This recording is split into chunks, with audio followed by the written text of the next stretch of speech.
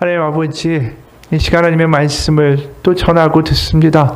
하나님의 한 영으로 한 마음 되게 하시고 마음과 귀 가운데 하나님 할례를 행하사 열리게 하시고 들을 수 있게 하시고 깨닫게 하시고 보게 하시는 역사가 있게 하여 주옵소서.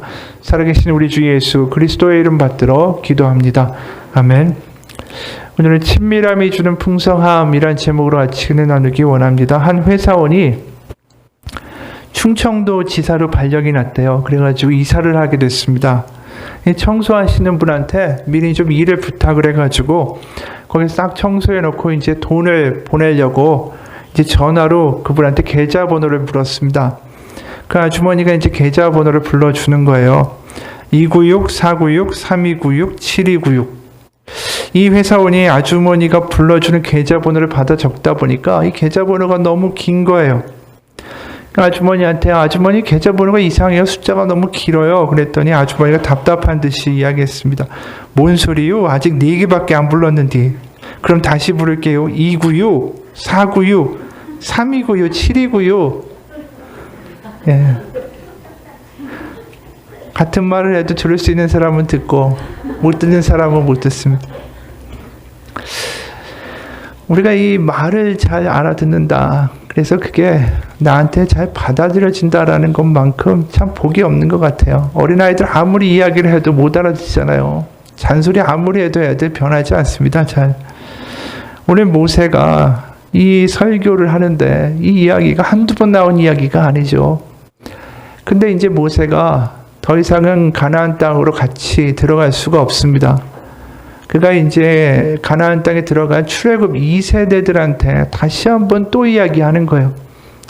1세대는 누굽니까? 애굽을 탈출했던, 그래서 이집트의 문명과 이집트의 생활을 다 경험했던 사람들이 1세대고 2세대는 이제 애굽에서의 경험이 없는 사람들이죠. 왜냐하면 우리가 광야에서 이스라엘 백성이 40년을 보낸 것을 알고 있습니다.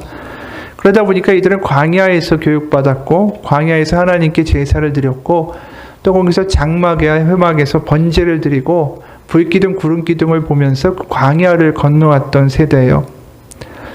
그러니까 이제 이 하나님의 법으로 이제 애굽의 사고방식이 아닌 하나님의 사고방식으로 양육된 이 세대에게 다시 한번 또 이야기하는 겁니다. 바로 너희가 이것만은 꼭 지키면 너희들이 된다라고 모세가 어떻게 보면 유언처럼 그들에게 당부하는 말이죠. 그건 다른 게 아닙니다. 하나님의 율법을 지키고 하나님을 내 몸과 마음과 뜻을 다해서 사랑하면 네가 복을 받을 것이고 번성하게 될 것이고 윤택하게 될 것이다. 이겁니다. 그게 9절과 10절에 분명하게 이야기합니다. 내가 내 하나님 여호와의 말씀을 청종하여 이 율법책에 기록된 그의 명령과 규례를 지키고 내 마음을 다하며 뜻을 다하여 여호와 내 하나님께 돌아오면 그 결론은 뭡니까? 그 9절의 맨 마지막에 보면 내게 복을 주시리라. 어떻게 보면 일면 아주 당연한 말처럼 보여요. 율법을 잘 지키고 따르면은 하나님이 복을 주실 것이다. 근데 우리가 사실은 신약 시대에 살잖아요. 더 이상 율법을 우리가 지키지 않습니다. 유대인들이 말하는 뭐 정결법, 제사법, 뭐 여러 가지 법들이 있잖아요. 그런 거 저희들은 지키지 않죠. 안식일도 저희가 지키지 않으니까. 그럼 도대체 이 말이 우리에게는 어떠한 의미로 해석될 수 있을까? 실제로 우리가 예수 그리스도의 순환과 십자가와 부활, 또 우리가 성령님이 우리 가운데 오심으로 우리가 더 이상 율법이 아니라 자유의 종이 되고 하나님의 종이 되었다. 하나님의 자녀가 되었다라고 성경에서는 이야기해요. 로마서하고 갈라디아에서 보면 이렇게 이야기합니다. 갈라디아서 4장 1절부터 그 이하를 보게 되면 내가 또 말하노니 유업을 이을 자가 모든 것의 주인이나 어렸을 동안에는 종과 다름이 없어서 그 아버지가 정한 때까지 후견인과 청지기 아래에 있나니 이와 같이 우리도 어렸을 때 이 세상의 초등학문 아래에 있어서 종노릇 하였더니 때가 참에 하나님이 그 아들을 보내사 여자에게서 나게 하시고 율법 아래에 나게 하신 것은 율법 아래에 있는 자들을 속량하시고 우리로 아들의 명분을 얻게 하려 하심이라. 너희가 아들이므로 하나님이 그 아들의 영을 우리 마음 가운데 보내사 아빠 아버지라 부르게 하셨느니라. 그러므로 네가 이후에는 종이 아니요 아들이니 아들이며 하나님으로 말미암아 유업을 받을 자니라. 그러니까 율법에 매여 있었고 그리고 아직 어렸기 때문에 초등학문과 같은 것을 가르치고 교훈하고 가르치고 지시하여야만 따라올 수 있는 그 사람으로 살다가 그런 존재로 살다가 이제 더 이상 하나님의 자녀로서 하나님의 영을 받고 하나님의 아버지라고 부르기 때문에 더 이상 율법이 아니라 성령에 의거해서 살아가는 사람이 되었다. 그게 갈라디아서에 나와 있는 분명한 말씀이에요. 그러면 도대체 우리는 그 율법에서 이것을 지키면 살리라. 그럼 우리는 도대체 뭘 하면 살리라. 그리고 뭘 하면 복을 받게 되는가? 결국 우리가 율법을 오늘 지키라는 말에 뭐가 붙어 있는가를 잘 보면 돼요. 오늘 9절 10절에 보면 그 율법을 지키라라고 하고 그 뒤에 뭐라고 이어서 이야기하냐면 내 마음을 다하며 뜻을 다하여 여호와 내 하나님을 사랑하고 돌아오면 된다라는 거예요. 그러니까 율법을 주신 이유는 뭐냐면 율법을 지킨다라는 건 뭐냐면 결국은 하나님을 사랑하는 거예요. 그러니까 율법을 주셔서 하나님을 사랑하도록 그들에게 가르침을 주시는 거죠. 그런데 이제 더 이상 우리에게는 성령이 오심으로 그런 가르침과 어떤 규례가 필요한 게 아니라 성령을 통해서 하나님을 사랑할 수 있는 마음과 능력과 준비가 우리 가운데 시작되었고 이루셨다라는 거예요. 그래서 율법에서는 이렇게 시키는 거예요. 하나님을 사랑해. 이렇게 해서 하나님을 꼭 사랑해라. 이렇게 해서 이웃을 사랑해라. 근데 우리가 하나님 성령을 받고 나서는 뭐냐면 우리의 마음으로 말미암아 하나님을 사랑하고 이웃을 사랑하는 자발적인 능력이 생겼다라는 거예요. 율법은 해야 한다라고 이야기하면 우리의 신약은 할 수 있다. 왜? 성령님이 우리 가운데 계시니까. 하나님의 영이. 그러면 우리가 율법의 목적이 뭐예요? 하나님을 사랑하게 하는 거. 그러면 이웃을 사랑하게 하는 거. 그게 우리가 성령을 받은 사람으로 우리가 감동되어 우리가 그 일을 할 수 있다면 우리가 복을 받는 게 당연하잖아요. 윤택하게 되는 게 당연한 거 아니에요? 왜냐하면 우리 율법을 지키는 게 결국 하나님을 사랑하게 되는 것이고 그 결과가 복을 받게 되는 것인데 왜냐하면 하나님의 약속이 광야에 있는 이스라엘에게만 주시는 약속도 아니고 과거의 하나님, 오늘의 하나님, 미래의 하나님이 같은 분이시기 때문에 결국 하나님을 사랑하는 자, 하나님의 뜻에 합당하게 살아가는 자, 반드시 풍요와 그 번성을 누리는 것이 마땅한 거죠. 오늘의 논지에 따르면. 실제로 고린도 후서 8장 9절에 보면 우리 주 예수 그리스도의 은혜를 너희가 알거니와 부요하신 이로써 너희를 위하여 가난하게 되심은 그의 가난함으로 말미암아 너희를 부요하게 하려 하심이라. 그러니까 예수 그리스도가 죽으심으로 우리 가운데 부요함을 주셨다라는 거예요. 그런데 여기서 이제 질문이 생기는 거죠. 하나님은 우리 가운데 성령을 주셨고 십자가와 부활 또 우리가 예수님을 믿게 되고 그런데도 왜 우리는 복받은 사람처럼 번성하거나 기쁘거나 그 풍요로운 삶을 누리지 못하고 때로는 우울하고 낙담하고 쓰러지고 그렇게 되는 이유는 뭘까라는 거죠. 하나님은 분명히 복을 약속하시는데 그 복은 도대체 어디로 갔는가? 예수님은 분명히 십자가에서 다 이루셨다고 하는데 왜 우리 가운데 하나님의 약속된 복과 풍성함과 기쁨이 때로 느껴지지 않을까? 오늘 보면 이 율법을 주시면서 하나님이 그것을 지키면 네가 풍성하고 번성케 되리라 라고 이야기할 때 아주 중요한 부분이 있어요. 11절부터 14절을 보면 이런 말씀이 있습니다.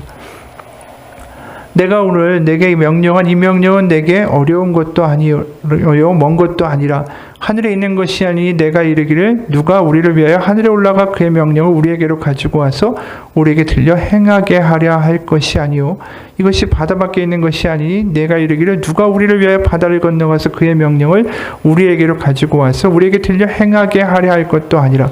그러니까 멀리 있는 게 아니라는 거예요. 하나님의 뜻과 말씀은 어디에 있냐면 오직 14절 그 말씀이 내게 매우 가까워서 내 입에 있으며 내 마음에 있은즉 내가 이를 행할 수 있느니라. 그러니까 그 명령이 너희들 가운데 아주 가깝게 있고 너희들의 입과 마음에 있으니 여러분 당신들이 할 수 있습니다. 너무나도 하나님의 뜻이 분명합니다. 이 이야기를 했어요. 결국 뭐냐 하면 하나님이 율법을 주시고 그를 복을 주시는 데는 결국 그 가운데 뭐가 있냐면 친밀함이라는 게 있는 거예요. 하나님의 말씀이 우리 가운데, 그들 가운데 아주 친밀하게 하나님을 느끼게 하는 역할을 한다라는 거죠, 율법이. 그러니까 율법의 목적은 하나님을 친밀하고 가깝게 만들어서 하나님을 사랑하게 함으로 하나님이 주시는 그 사랑 가운데 그들이 복받고 하나님의 뜻 가운데 형통케 만들어서 그들을 하나님의 자녀로 하나님의 나라로 만들어 가시는 하나님의 선한 뜻이 숨겨져 있다라는 거예요. 그러니까 이야기가 좀 어려울 수 있는데 그냥 율법을 지키고 주신 다음에 야 지켜. 지키면 너희가 형통할 거야.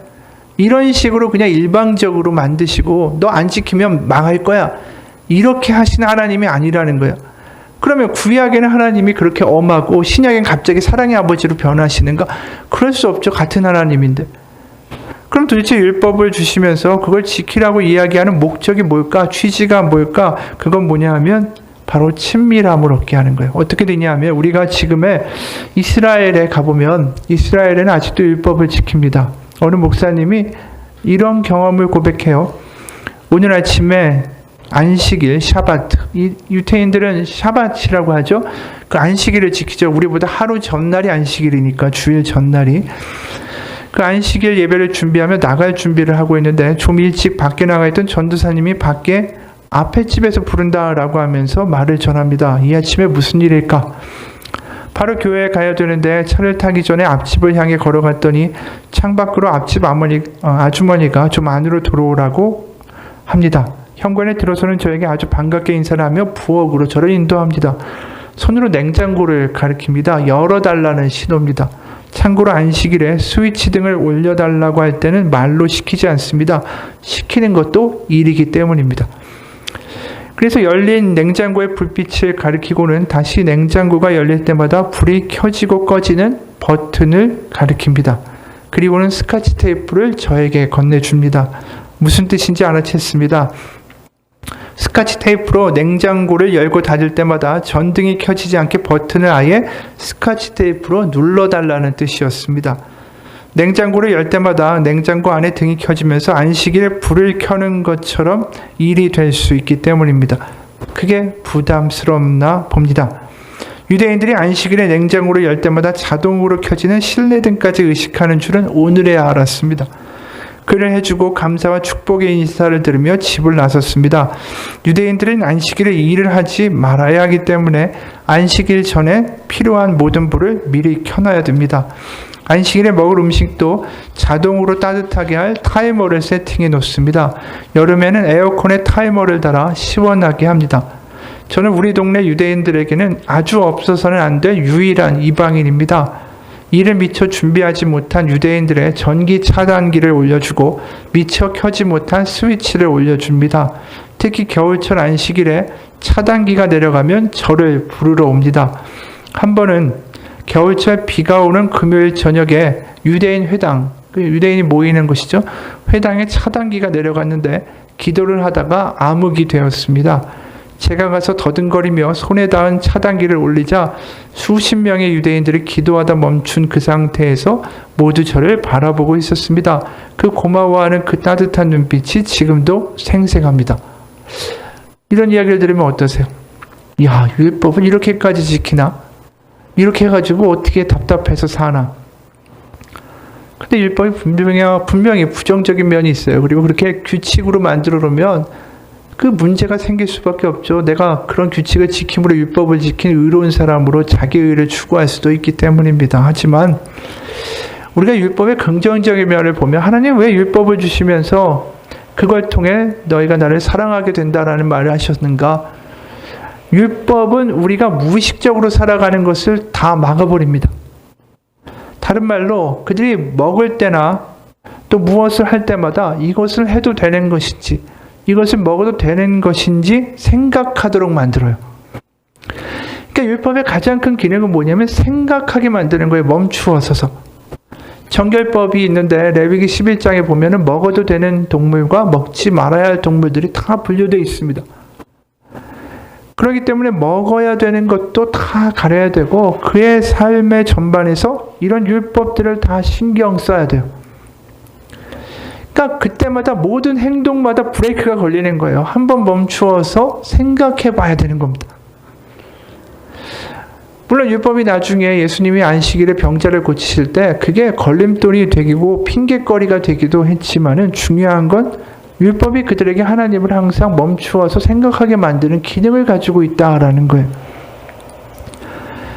그러면서 그들의 삶 속에 하나님이 계속해서 관여가 되고 그들은 하나님을 계속해서 의식해야 되고 그러면서 하나님과 더불어 사는 삶이 그들 삶 가운데 이루어질 수밖에 없는 구조가 되어버리는 거예요.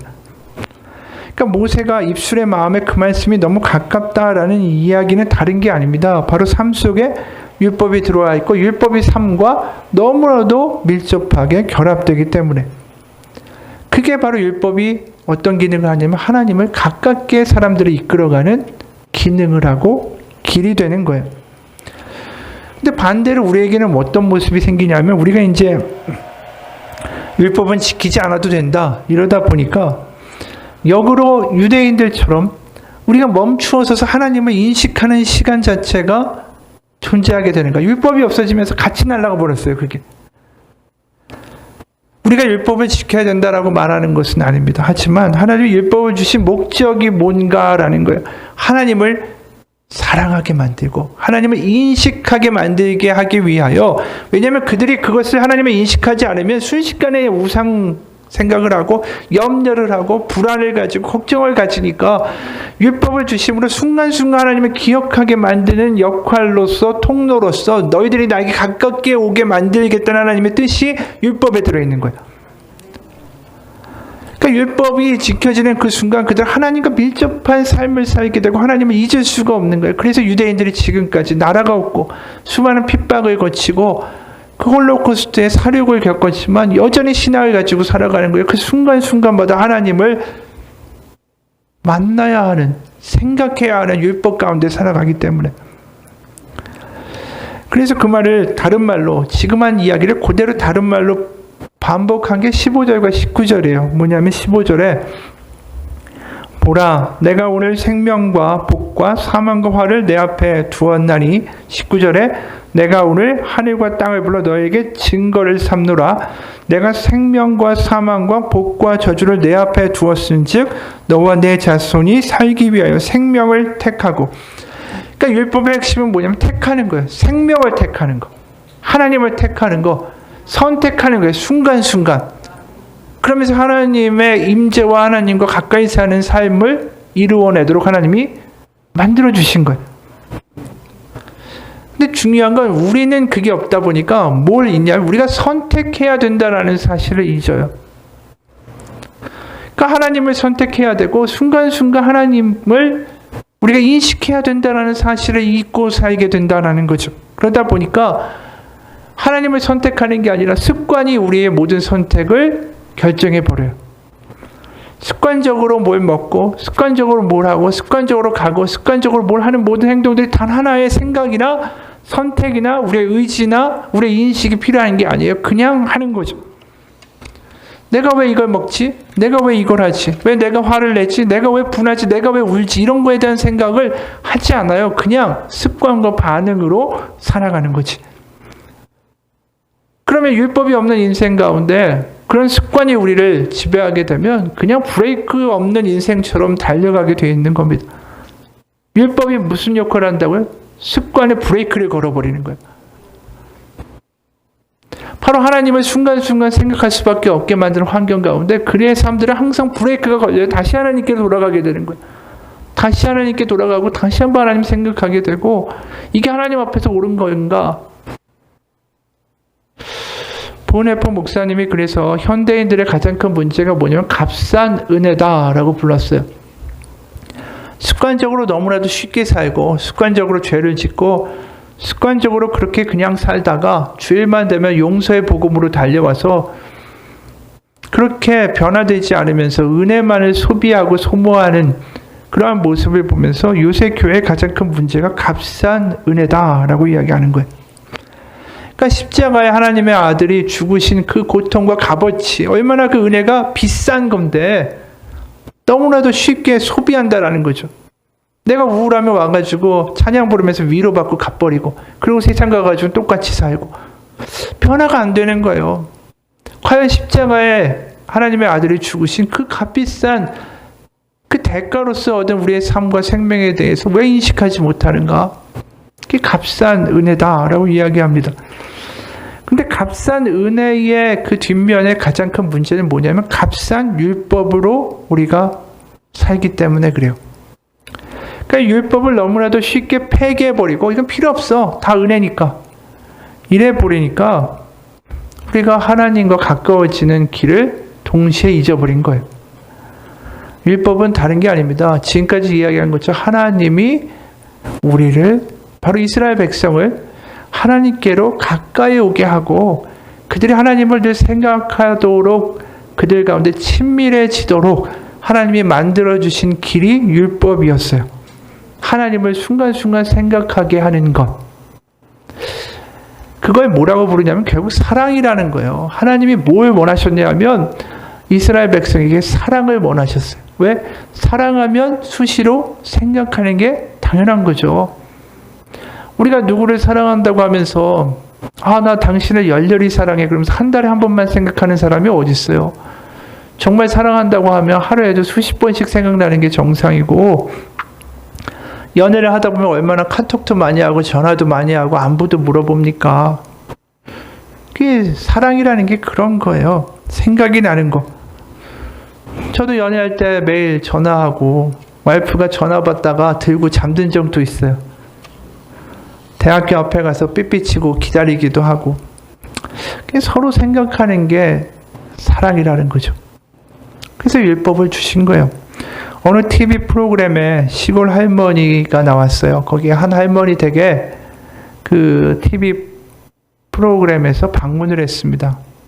그 진행자가 들어가 보니까 그 집 문 앞에 똑같이 생긴 지팡이가 10개가 이렇게 한 묶음으로 바로 그 문 앞에 놓여 있었습니다. 그래서 이 방문자가 물었습니다. 할머니, 지팡이가 참 많네요. 그랬더니 이 허리가 약간 굽은 할머니가 이렇게 대답을 합니다. 우리 영감님이 나보고 짚으라고 나무 다듬어서 문 앞에 뒀어요. 그러니까 이 말을 듣고 다시 물었습니다. 그럼 할아버지는 어디 계세요? 그랬더니 할머니가 돌아가셨어요. 할아버지는 재작년에 이미 돌아가셨다라고 할머니가 답을 합니다. 병석에 있으면서 오래 못 산다라는 생각을 했나 봐요. 그래서 나무를 베어다가 모아 두었다가 앉아서 아픈데도 다듬었어요. 그 말을 듣고 방문자가 얘기를 했어요. 나무도 단단한 곳으로 골라서 아내가 편하게 짚고 다니도록 키높이를 참 잘 맞추어 놓으셨네요. 어머니 재산 목록 이러네요. 그랬더니 할머니가 이런 이야기를 인터뷰에서 합니다. 당신이 내가 가더라도 지팡이가 당신을 지켜줄 것이다 라고 했지요. 당신이 살아있으면 참 좋을 텐데 당신 생각이 참 많이 납니다. 영혼이 있다면 알겠죠? 거기서도 잘 살고 있어요. 잘 살고 있거든 꿈에라도 나와주세요. 참 궁금합니다. 이게 할머니의 말이었어요. 사랑이라는 건 이런 겁니다. 기억하는 거예요.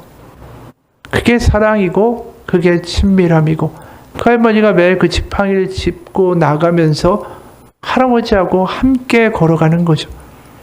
그리고 이 땅을 살아가는 동안 그 지팡이와 남은 여생을 살다가 하늘에 가시겠죠. 하나님이 율법을 주신 이유도 마찬가지예요. 그 율법이 마치 지팡이처럼 우리와 함께 걸어가는 거예요. 하나님을 생각하라고. 그리고 예수 그리스도가 우리 가운데 오시고 십자가에 못 박혀 죽으신 것, 그건 역시 마찬가지예요. 하나님이 우리와 더 가까워지고 원하시기 때문에. 율법이라는 것을 주셔서 그들이 하나님을 생각하게 하셨다면 이제 직접 하나님의 아들을 보내셨어요. 그냥 율법을 지킴으로 나에게 가까워져라, 이게 안 되니까 하나님이 얼마나 속상하셔.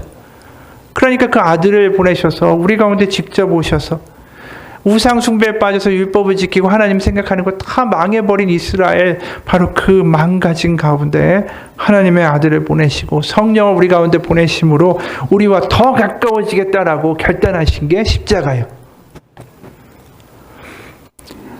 우리가 오늘 보면 이 신명기 30장 6절에 하나님이 이 메시아에 대한 예언, 그 예고를 하신 부분이 있어요. 사실은 율법을 주면서 그들이 그 율법을 통해서 하나님을 생각하고 하나님을 사랑하고 하나님과 친밀해지는 그 관계로서 살아가는데 실패하면 하나님 어떻게 하실까에 대한 이야기가 나오는 거죠. 30장 6절이에요.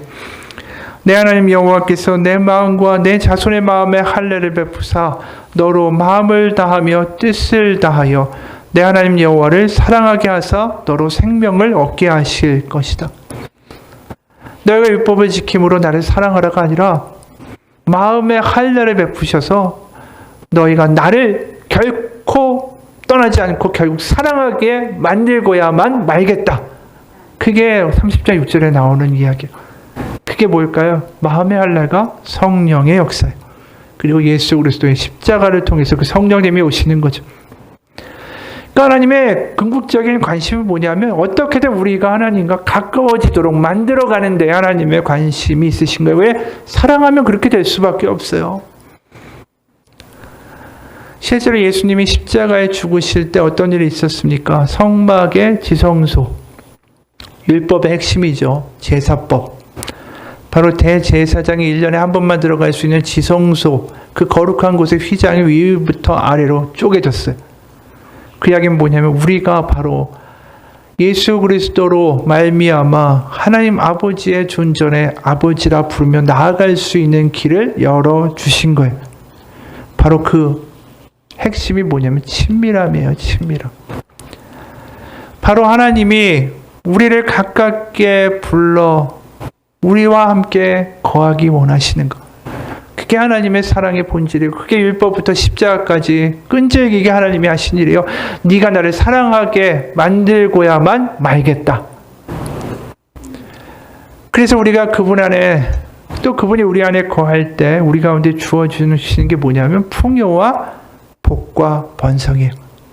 거꾸로 말하면 우리가 하나님 가운데 자꾸만 우울하고 낙담하고 왜 이렇게 삶이 거지 같냐 이런 이야기가 나오는 이야기는 하나님과의 친밀함을 잃어버려서 그래요. 하나님은 우리를 가까이 그리고 나를 사랑하는 존재로 만들고야만 말겠다는 하나님의 의지에도 불구하고 우리가 자꾸만 하나님과의 친밀한 시간들을 잃어가기 때문에 그 친밀한 관계가 우리 가운데 이루어질 때 우리는 그 가운데 하나님이 주시는 생명과 풍성함을 누릴 수밖에 없어요. 어떤 분이 있습니다. 그분이 그 주일학교 때 아주 엉망이었대요. 나는 탈도 많고 문제도 많았던 유년기를 보냈다. 교회 봉고차 위에 올라가서 슈퍼맨 놀이를 하다가 뛰어내렸는데 머리를 부딪혀 기절한 적도 있다. 교회 첨탑 성탄 장식을 하는 형들을 보고 혼자서 몰래 기어 올라갔다가 철제 장식에 머리가 찢어진 적도 있다. 그럴 때마다 교회 목사님들, 선생님들이 나를 업고 응급실로 뛰셨다. 주일학교 예배 안 가고 오락실에 있었는데 선생님이 나를 찾으러 오락실에 오셨다. 나는 끌려가면서도 반항했다. 왜 주일학교 선생님이 예배는 안 드리고 예배 시간에 오락실에 옵니까? 흔히 말하는 답이 없는 놈이었다. 그분은 매일 내 영혼을 살려달라고 기도하셨고 매주 한 번도 빠짐없이 나를 찾으러 오락실에 오셨다. 나는 가난한 산동네에 살았다. 집에 부모님도 없이 여동생과 둘이 종일 있을 때가 많았다. 당시 주일학교 우리 반 선생님은 대학교 1학년 여선생님이었다. 매일 새벽 예배 때마다 나를 위해 기도한다라고 했다. 공과 공부 시간에 선생님이 내게 물으셨다. 준기는 어린이나 하고 싶은 것이 뭐야? 나는 퉁명스럽게 대답했다. 동물원에 가고 싶어요.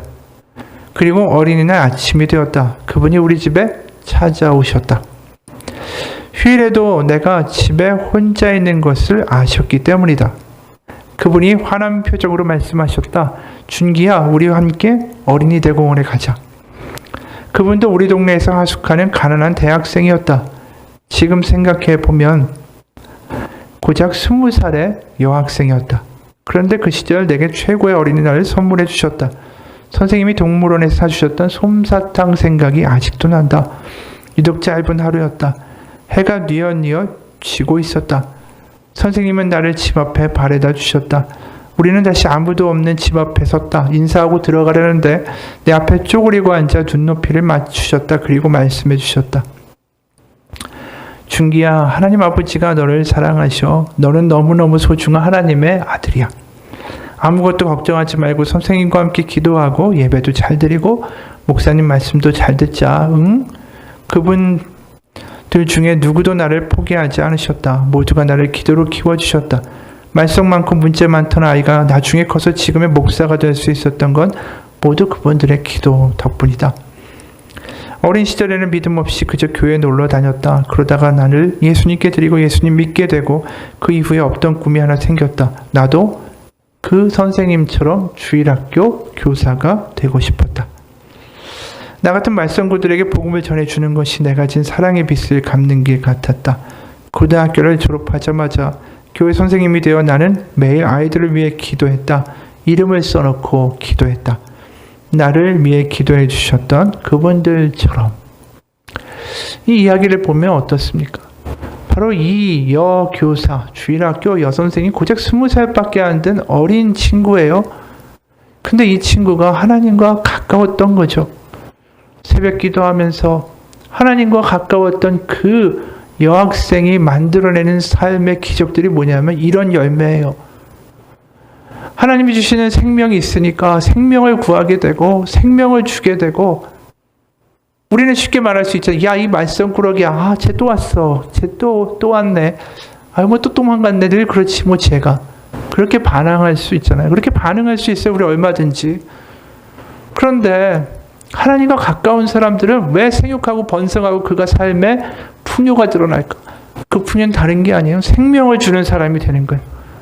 그를 통해서 주변 가운데 변화가 일어나고요. 그를 통하여 예수를 믿게 되고요. 그를 통하여 망하였던 이 아이 그냥 놔뒀으면 어떻게 됐겠어요? 뭐 나중에 범죄도 저지르고 문제도 생겼겠죠. 그 아이가 지금 목사님이 돼서 많은 사람들 구원하는 역할을 하잖아요. 하나님은 그걸 원하시는 거예요. 네가 나에게 가까이 와라. 내가 너에게 생명을 주고 너를 통하여 다른 이에게 생명과 번성을 이루리라. 그게 하나님의 뜻이었어요. 그게 율법의 목적이었어요. 근데 율법이 그게 안 된 거죠. 그러니까 하나님이 우리 가운데 오셔서 우리 가운데 성령으로 임하셔서 우리 가운데 직접 일하시고 역사하시는 길을 택하신 거예요. 그게 우리가 보게 되는 성령의 역사, 십자가의 이유라는 거예요. 우리 가운데 생명이 없으면 우리가 예수님을 믿지만 아무런 능력이 없어요. 그냥 습관으로 살아가게 되고요. 하나님 생각해도 마음 가운데 기쁨이 없습니다. 우리 가운데 성령을 주시고 십자가와 예수 그리스도를 주셨는데 왜 우리는 하나님이 모든 길을 열어주셨는데 왜 그 친밀한 길로 가지 못합니까? 그 길로만 가기만 하면 우리 가운데 하나님의 능력과 생명과 회복이 있는데 하나님 다 마련해 주셨어요. 우리가 봤잖아요. 내가 너희를 어떻게든 나를 사랑하고 그리고 나의 안에 거하는 사람으로 만들고야만 말겠다. 그게 하나님의 구약의 맹세고 그게 십자가예요. 우리가 그렇게 하나님과 가까워지면요. 이유가 있어서 하나님을 사랑하는 사람이 아니라 그냥 하나님 가운데 하나님이 좋아서 하나님이 주시는 생명이 내 안에 있어서 내가 하나님 계신 게 너무나 든든해서 그렇게 살아가는 사람이 되어 그게 율법의 완성이고 그게 사랑의 완성이고 그게 하나님이 원하시는 우리의 모습이에요.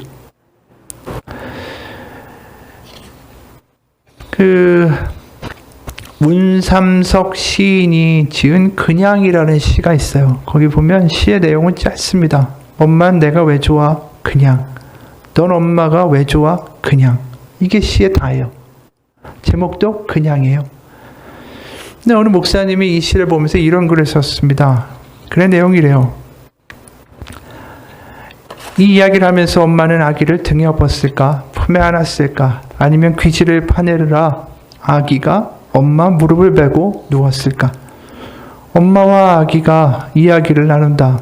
세상에서 간격이 사라진 틈이 지워진 자리가 있다면 엄마와 아이 사이일 것이다.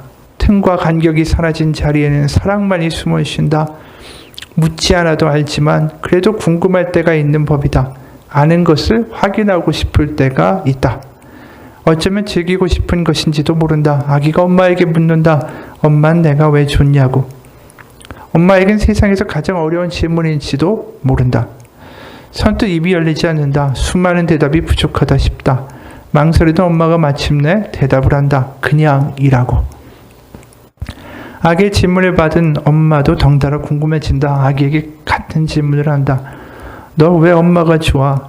학습 능력 때문만은 아닐 것이다. 엄마의 대답처럼 그냥이라고 한 건 엄마 말에 공감했기 때문일 것이다. 그냥이라는 말보다 더 마음이 담기는 좋은 대답이 없다는 것을 금방 느낌으로 알았기 때문이다. 짧은 시 하나가 주는 따뜻함이 마음까지 덮인다. 엄마와 아기의 목소리가 겹치며 그냥이라는 말이 마음속으로 웃음처럼 미끄러진다. 성경에서도 마치 이런 모습이 나타나는 것 같다. 뭔가 낌새가 이상해질 때가 있었다. 예수님이 죽음을 이야기하실 때. 십자가의 이야기를 하시자 제자들이 예수님을 떠나갔다. 서툰 변명을 남기고 예수님을 따르면 좋은 일이 생길 거라고 기대하면서 따랐던 그들은 어느 순간 그 길이 그렇게 되지 않을 것 같은 불길한 예감을 직감했을 것이다. 예수님은 남은 12제자에게 물으신다. 너희도 가려느냐? 그렇게 물으실 때 예수님의 마음이 어떠했을까? 외로움으로 마음에 금이 가시지는 않았을까? 주님의 심정을 헤아리는 마음이 괜히 아릿하다. 바로 그 순간 시몬 베드로가 제자들의 맏형답게 대답을 한다. 주여, 영생의 말씀이 주께 있사오니 우리가 누구에게로 가오리까? 베드로의 대답은 훌륭하다. 믿음직스럽다. 하지만 아쉽다. 주님을 떠나지 못한 못할 특별한 이유가 그에게는 있었다. 그것이 아무리 훌륭해도 그 특별한 이유가 사라졌을 때 바로 유대인의 왕국을 회복하는 것이죠. 비록 잠깐이라고 해도 특별한 이유가 뒤로 사라졌을 때 베드로는 예수님을 모른다고 3번이나 부인한다. 너희도 가려느냐라고 묻는 주님 앞에서 그럴 수 없다라는 대답을 하고 왜냐라고 물으셨을 때 다른 말 필요 없이 그저 그냥이라고 대답했다면 베드로는 주님을 결코 부인하지 않았을 것이다. 주님을 떠나지 못할 특별한 이유를 갖는 것보다 아무 이유 없어도 떠나는 것이 불가능한 그냥의 믿음이 더 깊은 믿음의 세계가 아니었을까. 그렇죠. 우리가 예수님을 믿는 믿음이 나의 문제와 나의 환경과 내가 가지고 있는 여러 가지의 것들로 인하여 그것이 이루어지고 지켜지기를 원하는 그 이유 때문에 예수를 믿는 게 아니라 예수님을 그냥 좋아서 믿는 것, 그게 사랑이고 그게 율법이 이루고자 한 것이고 그게 하나님의 아들의 십자가에 죽으신 이유예요. 예수님에게 물으면 아마 그렇게 대답하실 거예요. 예수님 왜 십자가에 죽으셨습니까? 그냥이라고 답하실 거예요. 왜? 우리를 사랑하니까. 그게 믿음이라는 겁니다.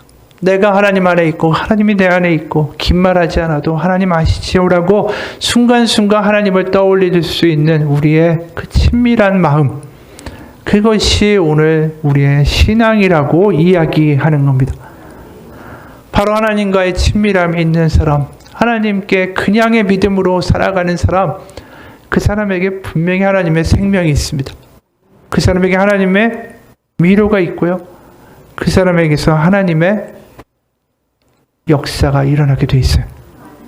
왜냐하면 그 사람 흔들리지 않기 때문에.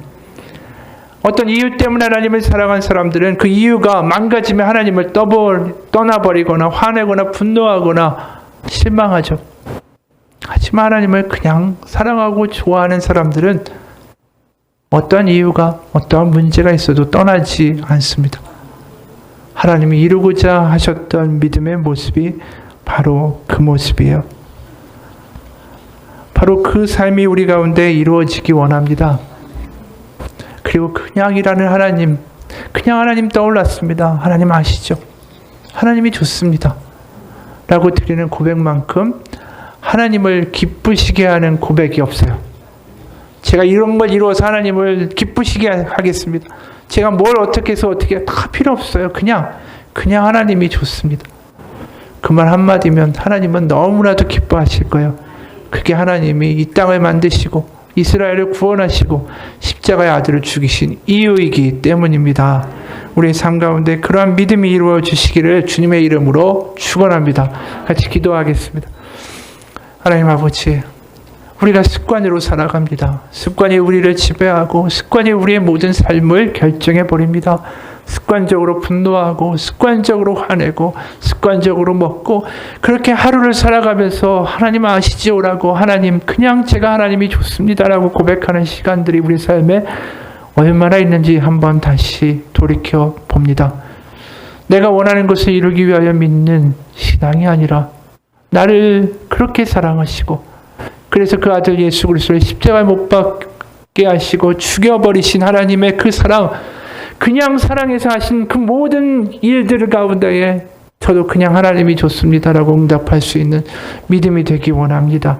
복잡한 믿음이 아니라 단순한 믿음이 되고 그냥 하나님 가운데 거하며 하나님이 좋아서 살아가는 그 하루하루마다 하나님이 그 자녀를 어여삐 보시며 그 자녀 가운데 번성케 하시고 풍성케 하시고 복을 베푸신 하나님의 놀라운 역사가 그 가운데 있게 될 것을 믿습니다. 그리고 그 생명과 그 복과 그 기쁨이 주변 가운데 흘러가 생명을 주며 주변을 회복시키고 폐허가 되었고 메말랐던 땅에 하나님의 놀라운 은혜의 담비가 쏟아지며 그것이 벌판과 광야가 아니라 아름다운 꽃과 나무가 피는 아름다운 땅으로 변화될 것을 믿습니다. 우리가 가는 곳마다 하나님의 땅이 되게 하시고 하나님의 나라가 드러나게 하시고 하나님의 사랑과 하나님의 번성이 이루어지게 하여 주옵소서. 살아계신 우리 주 예수 그리스도의 이름 받들어 기도합니다. 아멘. 우리 같이